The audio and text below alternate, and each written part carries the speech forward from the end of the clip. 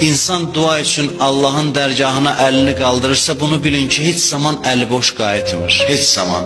Dua için uzalan əl, dua için qalxan əli boş qayıda bilməz heç zaman.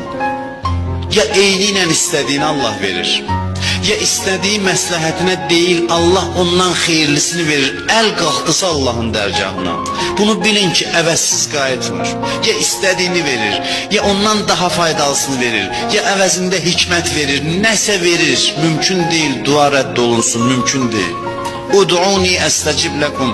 Allah dərgahına əl uzandısa, əl boş qayıtmayacaq. Dua Allah üçün ən sevimli əməldir, dünən də dedik. Və duanın qəbul olması üçün əsas şərtlərdən biri bilirsiniz nədir? Allahın qüdrətinə etiqad bəsləmək.